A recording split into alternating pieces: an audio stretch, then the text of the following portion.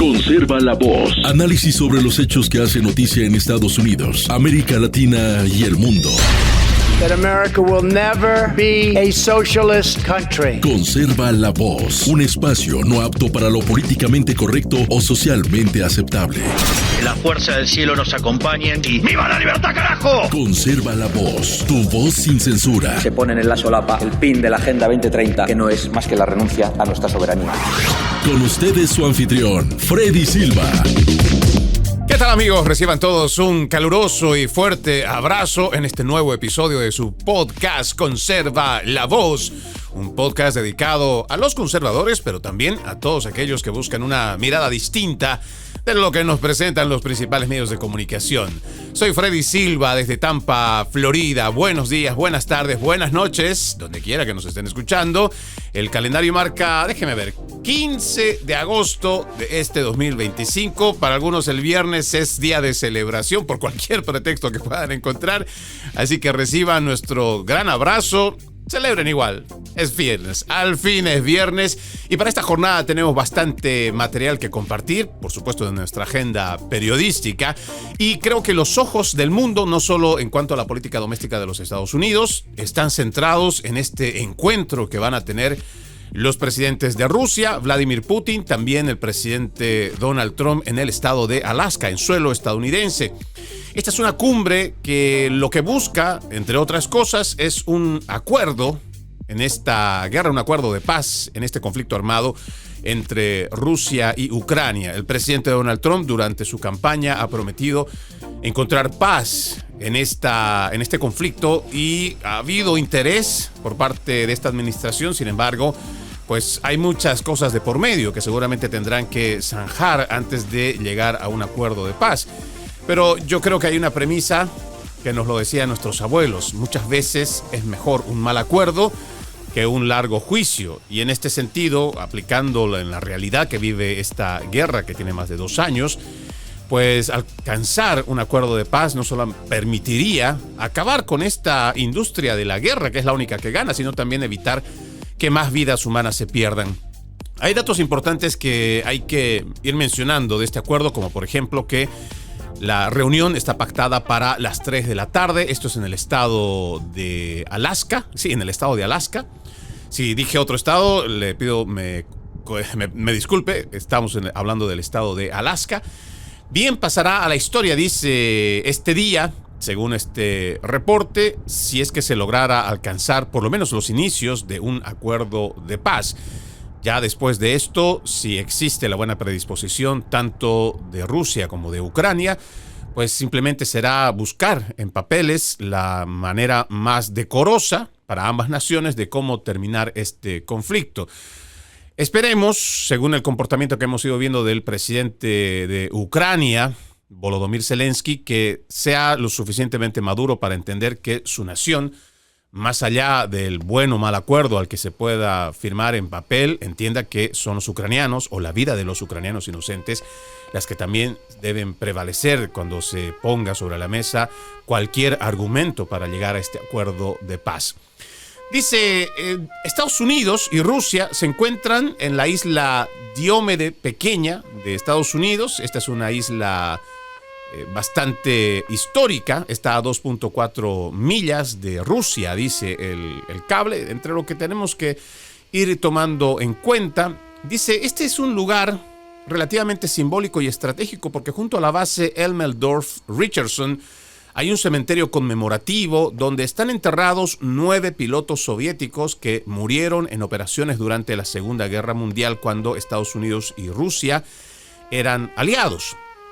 También algo que vale la pena mencionar es que la delegación estadounidense pues va a estar presente. Hay nombres que seguramente no se ha dado a conocer sino hasta las últimas horas, como por ejemplo que los que van a acompañar al presidente son pues, personas de alto rango de su gabinete.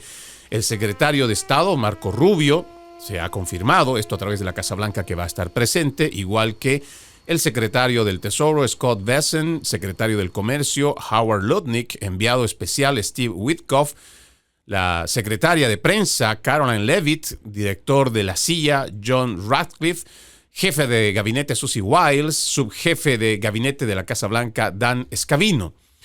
Estos nombres, entiendo, no solo le dan la importancia a esta cumbre, a esta reunión, sino también que cualquier pacto, cualquier acuerdo o inicio de acuerdo que se pueda dar, le va a dar algún tipo de garantía, sobre todo a Rusia, igual que a Ucrania seguramente, para que cuando estén en la mesa o cuando se hable de este acuerdo de paz, sepan que Estados Unidos está poniendo su mejor esfuerzo, que no solamente está enviando a alguien, no, está llevando primero a la primera autoridad política de esta nación, de la primera potencia económica y militar del mundo. El presidente Donald Trump va a estar presente con su más alto gabinete.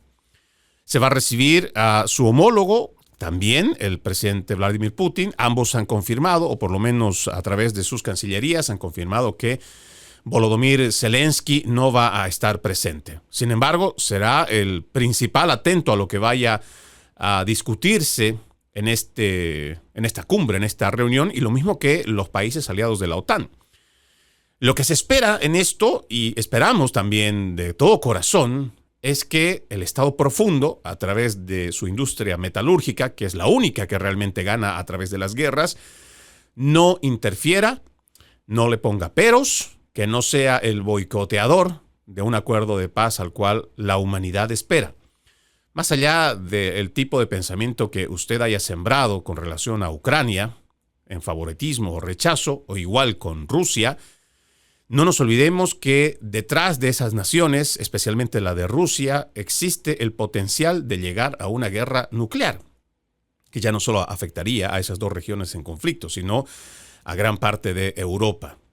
Por eso el llamado tendrá que ser siempre en base a la búsqueda de este acuerdo de paz, que permita que la humanidad no esté a las puertas de una tercera guerra mundial, no esté a las puertas de una guerra nuclear y así evitar la pérdida de vidas humanas. Permítame avanzar un poco con lo que va a ser este tema, porque el gobernador de este estado ha dicho, creo que junto con el resto del mundo, esperamos que esta conversación con el presidente tenga un resultado positivo.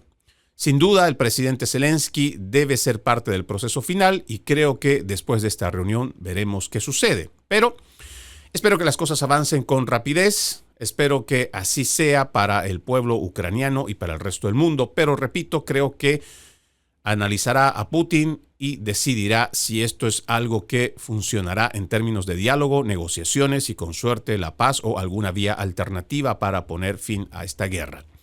Lo curioso es la declaración de la ex candidata a presidente Hillary Clinton, la ex secretaria de Estado, quien ha admitido públicamente que de llegar a un acuerdo de paz, ella no se opondría a que Donald Trump sea nominado al Premio Nobel de la Paz. Esta es la declaración que hizo. Honestamente, si pudiera lograr el fin de esta terrible guerra, si pudiera terminarla sin poner a Ucrania en una posición en la que tuviera que ceder su territorio al agresor, realmente pudiera enfrentarse a Putin, algo que hemos visto, pero tal vez esta sea la oportunidad. Si el presidente Trump fuera el arquitecto de eso, lo nominaría para el Premio Nobel de la Paz. Esta es la declaración que hace Hillary Clinton a través de una entrevista en un podcast que le hicieron. Lo raro es que personajes como esta activista demócrata se atrevan a hablar de premios Nobel de la Paz cuando, por ejemplo, durante la administración del presidente musulmán Barack Hussein Obama, pues se invadieron 7 países. Sin embargo, no faltó la nominación para este sujeto. Cuando se habla, y yo quiero también ahondar en un tema que dejé pendiente esta semana, y es que se trata de esto de las nominaciones de la paz. ¿Cómo existe tanta hipocresía por parte de los medios de comunicación cuando, por ejemplo, se trata de buscar la paz, pero si el que lo busca es un actor de derecha o es conservador, pues entonces hay que buscar la forma de cómo anularlo o, por último, ignorar los trabajos y esfuerzos de paz que viene realizando. Mire, por ejemplo, este artículo, usted también lo puede encontrar en The Gateway Pundit, sobre los medios de comunicación que han evitado hablar sobre 6 procesos de paz o negociaciones o acuerdos de paz que han puesto fin a conflictos duraderos. Ellos, por ejemplo, mencionan que en mayo de este 2025, India y Pakistán, ambos países con armas nucleares, protagonizaron uno de sus enfrentamientos más graves en los últimos años, con días de ataques militares sobre Cachemira. La escalada finaliza el 10 de mayo cuando se alcanza un alto al fuego que comprometió a ambas partes a detener toda acción militar en tierra, aire y mar. Fue el presidente Trump quien anunció el acuerdo tras lo que describió como una larga noche de conversaciones con mediación estadounidense. Se recordará que hace unas semanas nada más, tanto Ruanda como la República Democrática del Congo también firmaron un acuerdo de paz mediado por Estados Unidos en la Casa Blanca, poniendo fin a casi 3 décadas de conflicto centrado en el este de la República Democrática del Congo. La guerra, alimentada por parte de la presencia de la milicia M23, que controla amplias franjas del territorio y es ampliamente acusada por Estados Unidos y otros países de recibir apoyo ruandés. Esto ha causado miles de muertes recientemente y aproximadamente 6 millones a lo largo de su existencia. El 27 de junio, el presidente Trump recibió a los ministros de Asuntos Exteriores de ambas naciones en el despacho oval para la firma formal del acuerdo de paz, calificándola como un glorioso triunfo para la causa de la paz. Ahora, si uno va revisando el trabajo que viene haciendo esta administración, es realmente ponderable.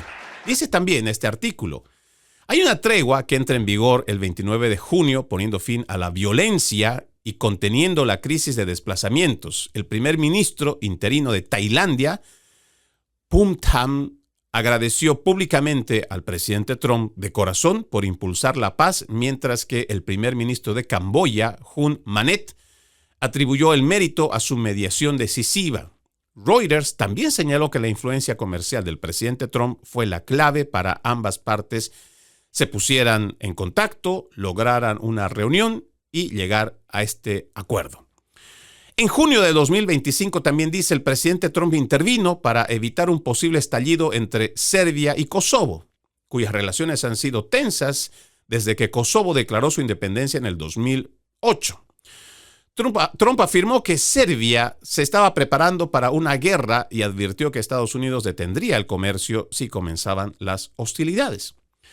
El presidente de Kosovo, Hoxha Osmani, atribuyó públicamente a la mediación estadounidense la prevención de una posible escalada por parte de Serbia, vinculando directamente la participación del presidente Trump con el resultado. Aunque Serbia negó tener planes de guerra, la amenaza se tomó lo suficientemente en serio como para que Kosovo solicitara la intervención de los Estados Unidos. No se produjo ninguna escalada tras las advertencias del presidente Donald Trump, lo que constituye un ejemplo de diplomacia preventiva exitosa. Pasemos a otro acuerdo, a otro conflicto también que se llega a un acuerdo. El 25 de junio del 2025, estas tensiones, tanto entre Israel e Irán, estallan en una guerra abierta después de que Israel lanzara ataques sorpresa contra instalaciones militares y nucleares iraníes el 13 de junio, matando a políticos de alto rango, líderes militares y científicos nucleares. Irán respondió con oleadas de ataques con misiles y drones contra ciudades de instalaciones militares israelíes, lo que desencadenó, como creo todos ya sabemos, en un conflicto de 12 días. El 21 de junio, el presidente Trump autoriza ataques aéreos estadounidenses contra 3 instalaciones nucleares iraníes: Fordo, Isfahan y Natanz, en lo que se describió como la mayor operación de bombardeos B-12 en la historia de Estados Unidos. Esto termina, ¿no?, el 24 de junio, donde se acuerda un alto al fuego y Trump anuncia que Israel e Irán han acordado plenamente que habrá un alto al fuego total y completo, aunque esa tregua fue frágil y se produjo violaciones en las horas previas a su implementación, puso fin a los combates, aún cuando persistían dudas sobre la magnitud de los daños. A menos de 8 meses de su segunda presidencia, Trump firmó un acuerdo comercial masivo con la Unión Europea, obligando a la OTAN a aumentar el gasto de defensa, redujo los cruces fronterizos ilegales en un 95% y negoció acuerdos de paz. Con más de 3 años restantes de mandato, tanto Estados Unidos como el mundo podrían ver mejoras aún mayores en un futuro no muy lejano. Esto que menciona este artículo me hace ver que lo que nos sigue prendiendo o nos sigue mostrando los principales medios de comunicación no son más que actos no solo desesperados, también desordenados, por tratar de minimizar o igual desconocer el esfuerzo de una administración que, así como lo hizo en su primer mandato, ha buscado que Estados Unidos no entre en guerra. Porque entendemos que no solo es un conflicto, cualquier guerra, que lleva a la pérdida de vidas humanas, pero especialmente pues, de gente inocente. Yo creo que el mandatario también ha entendido que si los políticos realmente, una vez que declaran la guerra, o ven que según ellos es apropiado iniciarla de alguna manera, son los jóvenes inocentes, que muchas veces no tienen nada que ver, los que terminan perdiendo la vida. Y peor aún cuando se trata de civiles que en medio del fuego cruzado son los más afectados. Y esto es lo que tenemos que priorizar. Lo que vaya a ocurrir esta tarde en el estado de Alaska, ojalá nos permita poder tener un respiro y, más importante aún, que la humanidad empiece también a centrarse en esos valores de humanidad. Que no se trate de estar buscando ponerse la camiseta de un equipo. Porque creen que los rusos son los malos, nos ponemos la camiseta negra. O porque creen que el otro equipo, Ucrania, son los buenos, se pone la camiseta blanca. Y aquí se trata de un partido de fútbol donde apoyamos a quien más nos guste. No. Las guerras las tenemos que ver como son, en lo más crudo que es. No solamente es el daño a la dignidad humana, es la pérdida de vidas humanas y que al final, beneficios para quienes se ponen a pelear no existen. Simplemente una cúpula, una élite política o una élite corporativa es la que al final va ganando de una guerra donde el resto de la humanidad pierde. Vamos a la primera pausa en Conserva la Voz. Ya regresamos con más.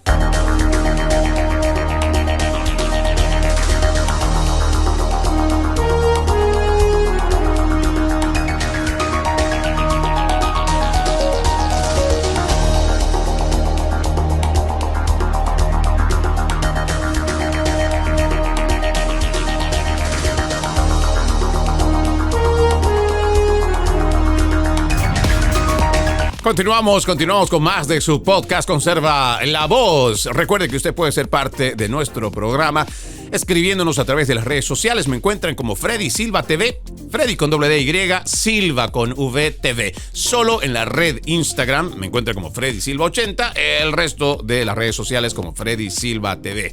Bueno, en Facebook también me encuentra como Freddy Silva Ayala, pero es irrelevante creo mencionar eso. Sin embargo, pues ahí usted puede escribirme para solicitar uno de los enlaces que usamos en la lectura y el análisis de la información, o simplemente si usted no está de acuerdo con lo que nosotros opinamos, estamos abiertos también para el debate. Permítame continuar con la agenda elegida para el día de hoy, y es que resulta que DC va a demandar, ¿no?, al gobierno del presidente Trump porque intensifica, según ellos, una represión contra Washington, D.C. Todo este sorderío, todo este activismo de izquierda no ve o quiere cerrar los ojos y no ver de que existe delincuencia. Y ojo, esto no es que la delincuencia por alguna mágica razón haya llegado hasta Washington, D.C., se apoderó de Washington, D.C. y solamente la criminalidad es en Washington, D.C. No, mentira. Si nosotros revisamos el índice de criminalidad en la mayor cantidad de ciudades importantes o de las primeras que podríamos mencionar de los Estados Unidos, la criminalidad ha aumentado y a niveles escandalosos. Ya le digo que, por ejemplo, ciudades como la de Chicago no es novedad. Yo he encontrado reportes que, por ejemplo, indican que en esa ciudad, en el estado de Illinois, por lo menos hay tiroteos entre 95 y 112. Por cada fin de semana.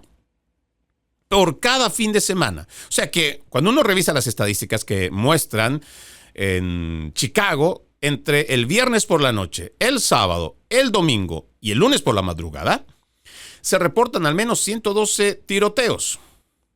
Claro, y entonces empieza uno a decir, ¿cómo es posible que exista tanto tiroteo y no se califique como tal en la prensa progresista como tiroteos masivos? Porque eso sí sería un tiroteo masivo. Que no sea una sola persona, ¿sí?, no significa que no exista en masa tiroteos.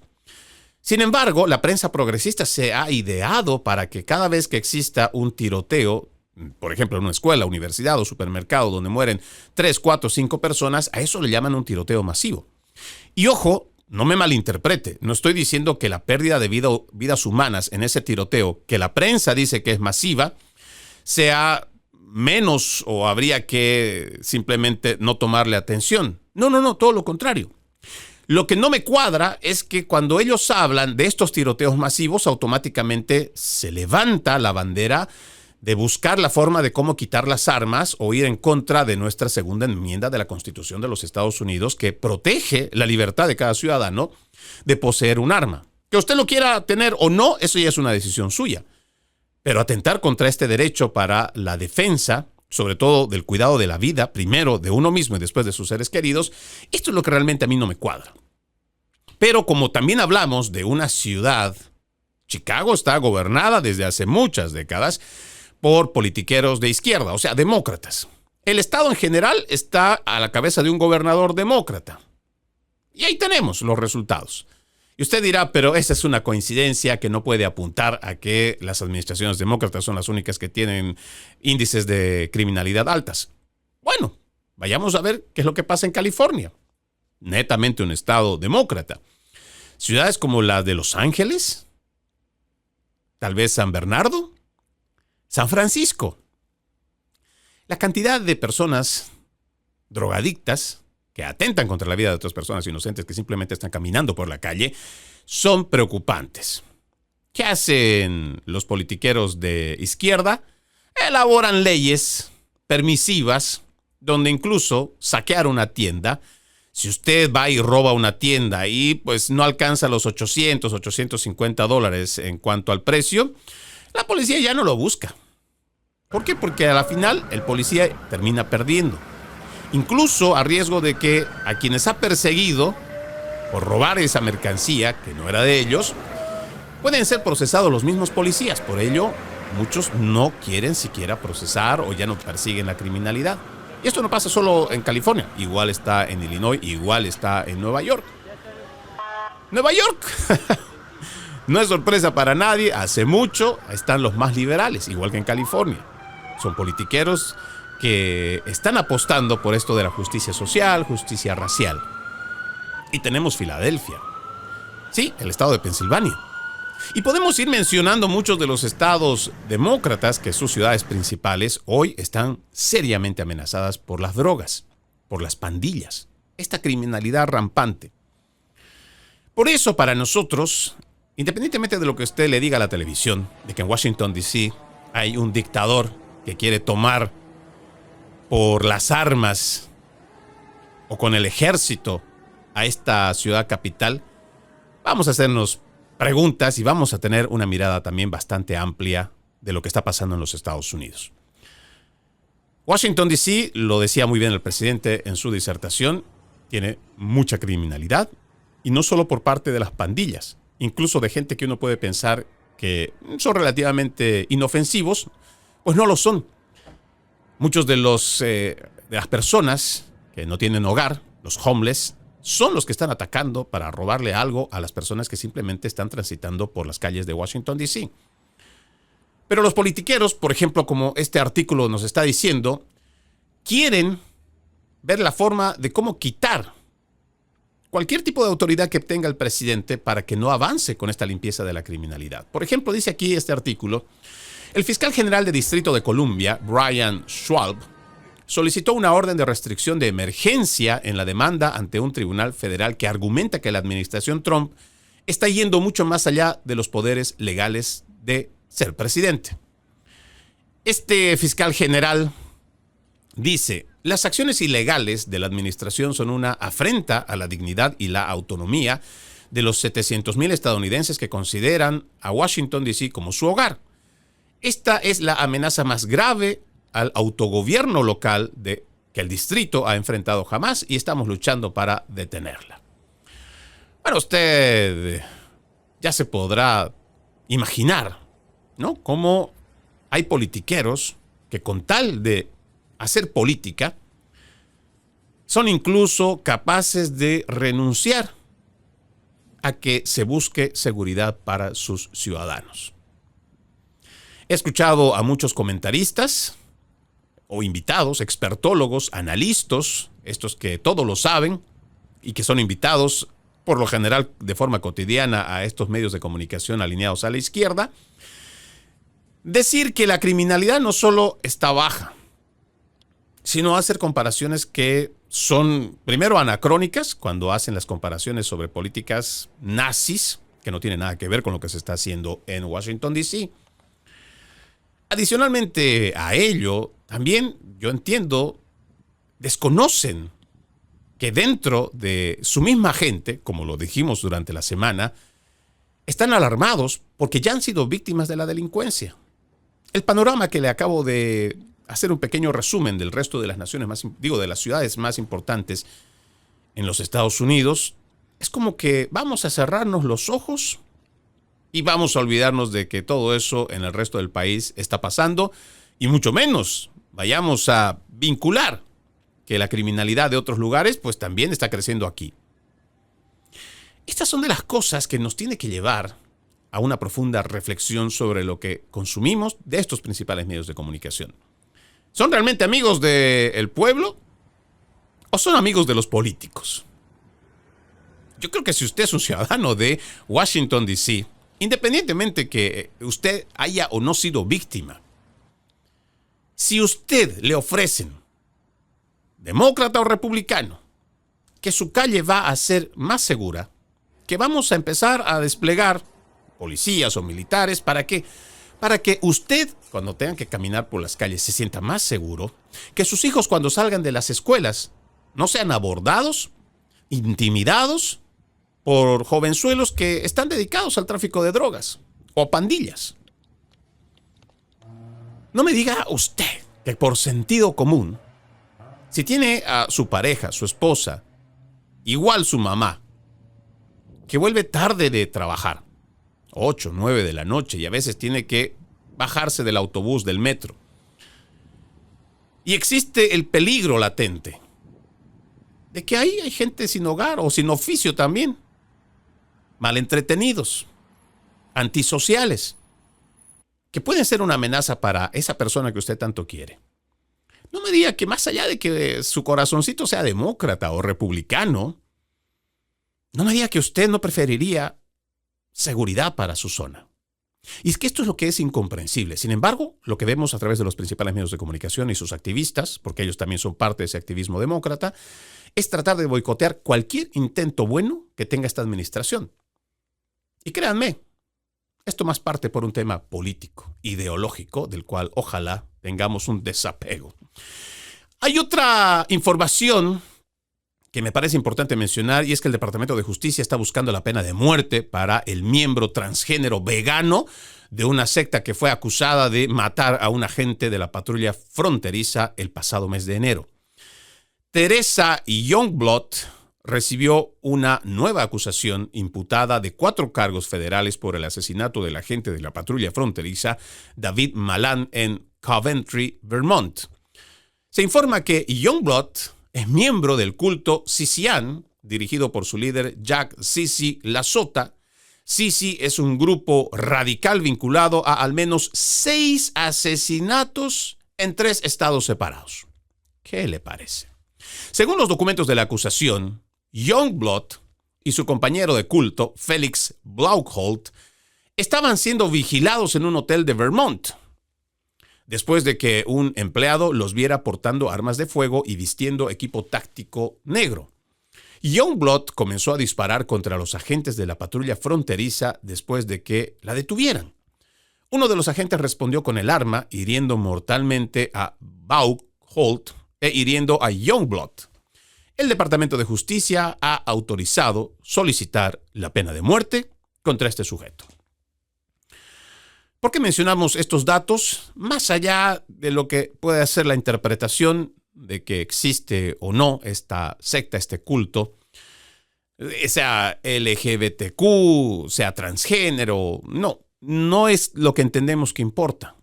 Tal vez para el titular amarillista que podrían usar tanto medios de derecha o de izquierda, nos interesa más hablar sobre el tema de la salud mental. Hay una crisis de salud mental que se está viviendo en los Estados Unidos y del cual muy pocos quieren hablar. Estamos viendo cómo esta agenda globalista, esta Agenda 2030, que se ha importado a los Estados Unidos desde el Foro Económico Mundial, igual de las Naciones Unidas, para que empecemos primero a cuestionar la verdad, esa verdad objetiva, esa realidad empírica a la cual nos enfrentamos todos los días.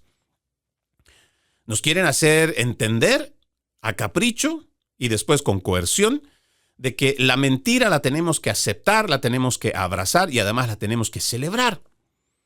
Esta mentira de que un hombre puede ser una mujer. Y a partir de ahí, todo lo que es tu autopercepción se acepte o se te imponga para que aceptes.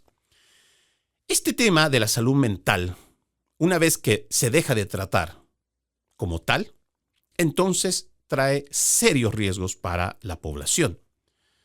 Entendemos que hay gente pacífica, inofensiva y que tiene una forma de pensar, de vivir, de creer, igual que de vestir. Y en los Estados Unidos, yo entiendo, hace varias décadas ya se ha superado mucho de esto del miramiento o de los prejuicios. Y a la final, Estados Unidos siempre ha sido una nación que ha permitido la libertad de expresión en todas sus formas. En este sentido, entiendo que lo que está haciendo esta agenda ideológica, Agenda 2030, quiere subvertir esa realidad para hacer creer a quienes hoy, por ejemplo, no se animan a salir del closet, no lo hacen porque hay un sistema opresor heteropatriarcal, blanco, misógino y quién sabe qué otras frases que son parte de esta agenda, que no se los permite. Entonces hay que luchar. ¿Contra qué hay que luchar? Ellos mismos dicen el sistema. ¿Qué es el sistema? Lo que él, en su imaginario, es algo que los oprime, no los deja ser. No se trata tanto de eso. Aquí lo que es grave, primero, es que esta agenda perversa está queriendo atacar a los niños. Sí, desde las infancias es que quieren hacer una crisis identitaria para ir reclutando afines a estos grupos. Crear una crisis identitaria para que el niño no sepa si es una niña o es un niño. Peor aún, para que después, en su confusión identitaria, crearle un trastorno mayor a través de una hormonización. Y peor aún, que después de no saber quién es, tenga que ser sometido o sometida a una cirugía de afirmación donde le van a mutilar sus genitales sanos o partes de su cuerpo que son sanos, que no hay necesidad de hacerlo. Y lo peor también que esto es irreversible. Muchas de las personas que consumen en grandes cantidades, porque esta hormonización tendrá que ser en grandes cantidades para que un hombre termine viéndose como una mujer. Sin embargo, su física, su biología, su genética, pues le va a decir todo el tiempo, no eres un hombre, eres una mujer. O viceversa. No eres una mujer, eres un hombre. Pero entonces esto va escalando, porque cuando ya tienes drogas masivas, entonces hay ciertos desórdenes que después se van viendo, por ejemplo, en casos como este que estamos mencionando. Y tristemente, durante la pasada administración demócrata a la cabeza de Joe Biden, se han dado casos donde parte de estas personas que tienen crisis identitaria, que consumen este tipo de hormonización o están con drogas, obvio, beneficiando ¿a dónde? ¿A quién? A las corporaciones. En este caso, la industria farmacéutica, la industria médica. No tratan a las personas sobre el problema que tienen. No, al contrario, hay que afirmarlas. Y te obligan al resto de la población, a través de los medios de comunicación, a través de los políticos y a través de esta agenda perversa globalista, de que tú te tengas que aceptar, te guste o no. Y ahí tienen sus palabritas de inclusión, diversidad, equidad, tolerancia, empatía. Y te obligan prácticamente a través de ingeniería social también a que tú tengas que aceptar, abrazar todo esto, aún sabiendo que es mentira. El ser humano debería ser respetado por ser humano. No porque es trans, no porque es lesbiana, no porque es gay, no porque pertenece a un culto o igual a una religión. No. El ser humano es ser humano y punto. Si queremos enseñar en las escuelas algo distinto, simplemente tiene que ser el respeto al ser humano como es y no brindar privilegios. El tema de la crisis de salud mental en los Estados Unidos se está incrementando a pasos acelerados. Y lo peor es que se está expandiendo de manera exponencial en el resto del continente, en el resto de Occidente. Y no se está tratando este tema de manera adecuada porque también toda esta agenda globalista ha contaminado todas las escuelas o las universidades donde se debería estar haciendo un estudio, la psicología o la psiquiatría, como se hacía en el siglo pasado, y atender los problemas primero aceptando lo que es verdad. Pero la izquierda internacional lo que ha venido haciendo es subvertir las verdades, cambiar lo que nosotros entendemos por conceptos. Y están ganando la batalla, nos guste o no aceptarlo. Ellos están ganando la batalla, sí, los ideólogos, toda esta internacional socialista. ¿Quién está perdiendo? El grueso de la población. Y esto es algo que no podemos darnos el lujo de perder. Tenemos que reflexionar al respecto. Vamos a la última pausa en Conserva la Voz. Ya regresamos con más.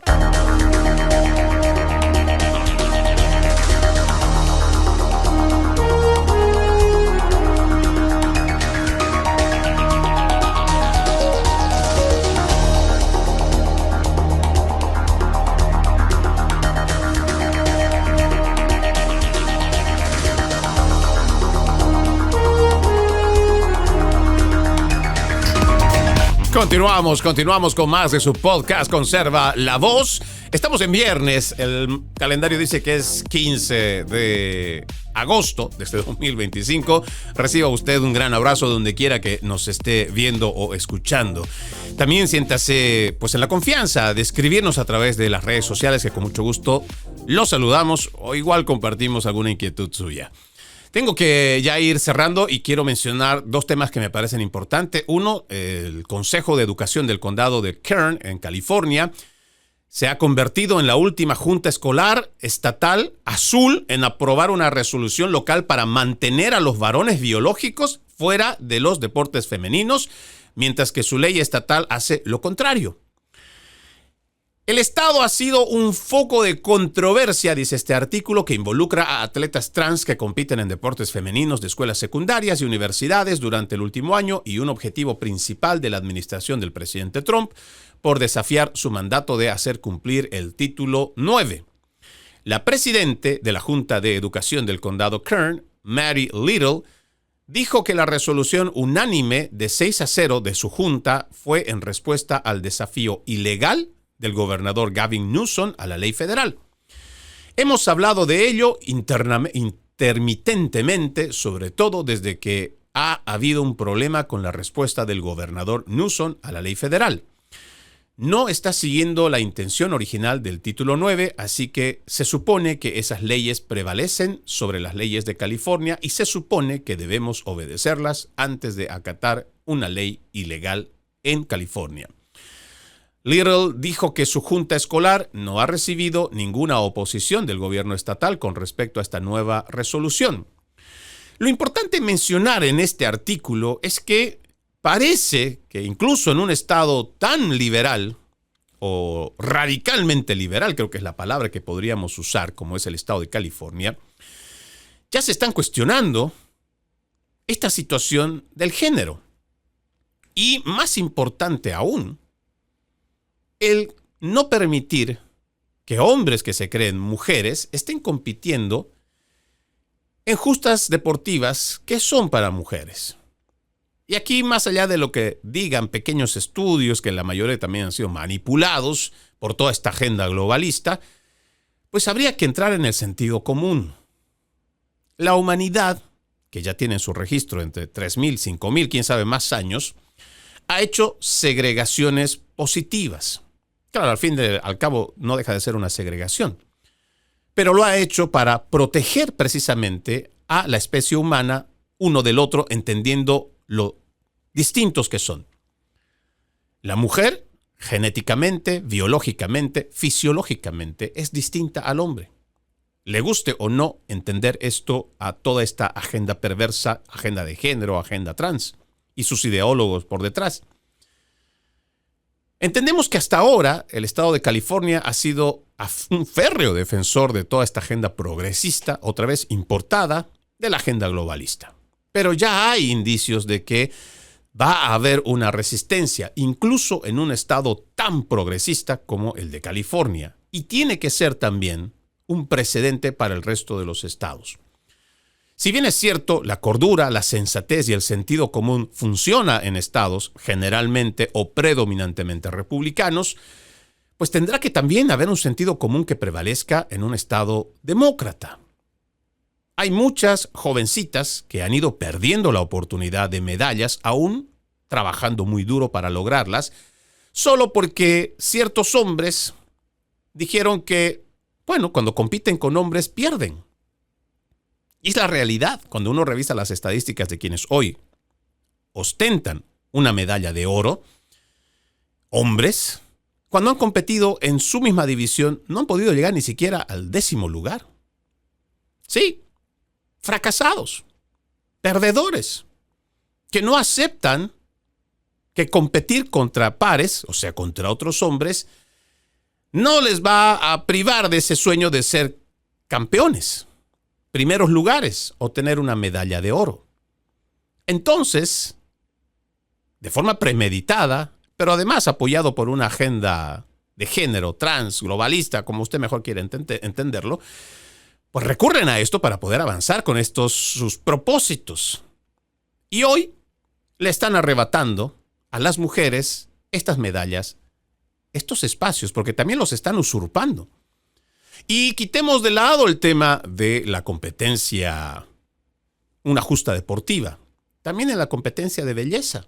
Usted va a ver cómo estados tan progresistas como el de España, y ahora se suman muchos otros, hombres que se creen mujeres, que se han hormonado, o sea, están llenos de hormonas, que parecen mujeres, pero realmente no lo son, pues están usurpando los lugares que le pertenecen a las mujeres.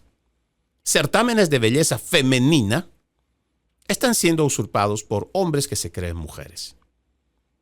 Y lo peor es que tenemos una sociedad cobarde, pusilánime, donde las mujeres simplemente que ya se dejaron convencer con esta agenda globalista de la diversidad, la inclusión, la equidad, la tolerancia, pero sobre todo el tema de la empatía, dicen no, vamos a cuidarlos, vamos a quererlos, vamos a abrazarlos y vamos a estar con ellos, y si nos toca perder nuestro lugar, no importa.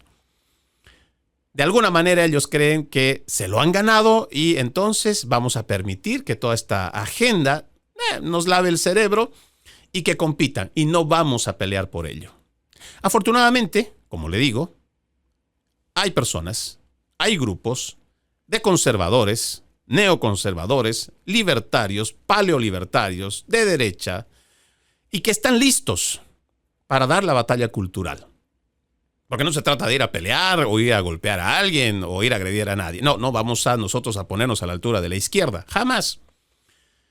Pero hay gente que se está preparando para dar la batalla cultural, como se supone debe darse a través de información, a través de buena argumentación. Que el sentido común regrese a los Estados Unidos y que sea una lucha constante para poder restituir, 1, nuestras sanas tradiciones. 2, esos valores éticos y morales. Y 3, lo que entendemos también por sentido común. Quiero ir cerrando, les dije que íbamos a hablar de 2 temas y esto pues voy a mencionarlo simplemente, pero es de mucha importancia. Y es que la presidenta de la Cámara de la Conferencia Republicana de la Cámara de Representantes, Elisa Stefanik, republicana por Nueva York, ha pedido a la fiscal general Pam Bondi que abra una investigación federal completa sobre el Standard Chartered Bank, SCB, y que examine la complicidad de la fiscal general de Nueva York, Letitia James, seguramente le va a sonar este nombre, en un escándalo de financiación del terrorismo de miles de millones de dólares. La carta urgente de esta presidenta republicana de la Cámara de Representantes, Elise Stefanik, a Bondi llega poco después de un informe explosivo sobre el caso de evasión de sanciones del Standard Chartered Bank, ahora ante el Tribunal de Apelaciones del Segundo Circuito de los Estados Unidos. Ese caso, escuche este dato, ese caso descubrió que al menos 9.600 millones de dólares en pagos ilegales del banco a entidades iraníes y de Hezbollah, pagos que violan directamente las sanciones del Tesoro de Estados Unidos y socavan la seguridad nacional. Estas transacciones fueron supuestamente ocultadas a las divulgaciones obligatorias bajo un acuerdo de procesamiento diferido supervisado por el Distrito Sur de Nueva York y la Fiscalía de los Estados Unidos para Washington, D.C. Aún más inquietante es el caso que implica a la fiscal general de Nueva York, Letitia James, y a la Reserva Federal por ignorar estos miles de millones de dólares en transacciones ilícitas y no aplicar las sanciones ya designadas por el Departamento del Tesoro. Si usted quiere averiguar sobre los pormenores de esta investigación, lo invito a que ingrese al portal de gatewaypundit.com y va a encontrar esta explosiva información a la cual le voy a ir dando seguimiento, porque créame, toda esta gente que ha utilizado el sistema judicial como Letitia James, Alvin Bragg y otros innombrables, además que son activistas demócratas que abiertamente han dicho que iban a poner tras las rejas al presidente Trump o al candidato Donald Trump el año pasado, pues tienen que ser procesados. Lo que entendemos por la credibilidad de nuestro sistema judicial se ha venido al tacho precisamente, o por lo menos está en duda, precisamente por estos activistas de izquierda, estos progresistas. Ojalá esta investigación que se está solicitando llegue a buen puerto y podamos saber, a fin de cuentas, qué tan involucrada estaría esta Letitia James, quien, le recuerdo, fue una de las gestoras para llevar al presidente Donald Trump ante los tribunales de justicia en el estado de Nueva York.